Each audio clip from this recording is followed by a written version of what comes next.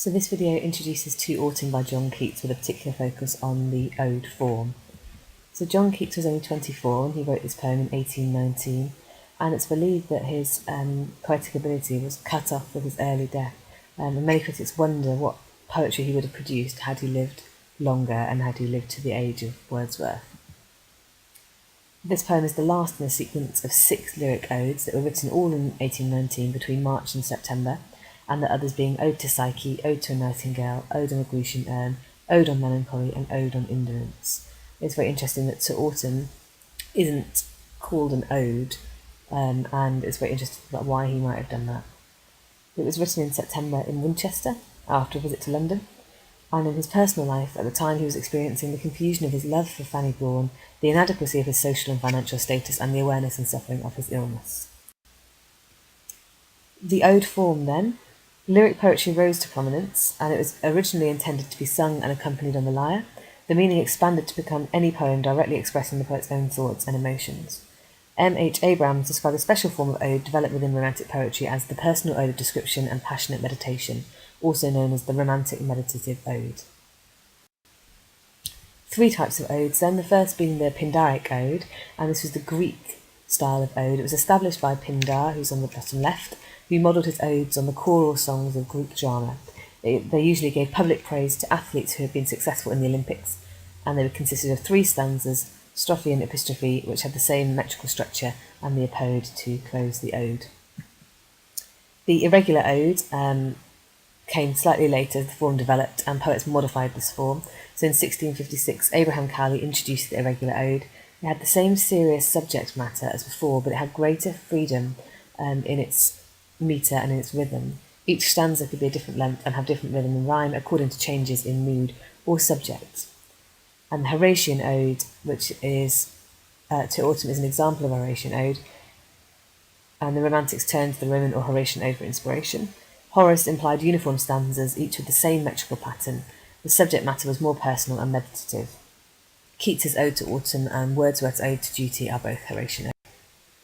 The Romantic meditative ode, as mentioned before by M.H. Abrams, it developed from all of these traditions, and it combined the stanzaic complexity of the irregular ode with the personal meditation of the Horatian ode, but usually dropping the emotional restraint of the Horatian tradition. So they could be really lyric poems, really passionate, really emotional, but they didn't necessarily have to conform to a particular stanza format or a stanza rhythm. A definition of how to define a romantic meditative ode is best reached by 3 elements and an analysis of subject matter rather than looking at structure. So the 3 elements are the description of particularised outer natural scene, an extended meditation stimulated by the scene, it may be focused on a private problem or universal situation or both, and the occurrence of an insight or vision. So the resolution or decision which signals a return to the scene originally described but with a new perspective. So the idea that there's some kind of imaginative journey and there's some kind of deep, profound thought that occurs at the end that wasn't there at the beginning. The literary critic Jack Stimler describes this typical movement of the odes, the romantic meditative, as the poet, unhappy with the real world, escapes or attempts to escape into the ideal. Disappointed in his mental flight, he returns to the real world because he has not found what he was seeking, or he realises humans cannot live in the ideal. But the experience has changed his understanding of his situation and the world he. So Wright Thomas and Stuart J. Brown are also literary critics, and they state that the odes grew out of a persistent kind of experience which dominated Keats's feelings and attitudes during that time. This experience is an intense awareness of both the joy and pain, the happiness and the sorrow of human life. This union of joy and pain is the fundamental fact of human experience that Keats has observed and accepted as true. And so many of the ideas and themes evident in Keats's odes are romantic concerns, for example, the beauty of nature, the relationship between imagination and creativity, the transience of human life and beauty and suffering. The language, in addition, which is kind of sumptuous and sensory, is also typical of the Romantic period.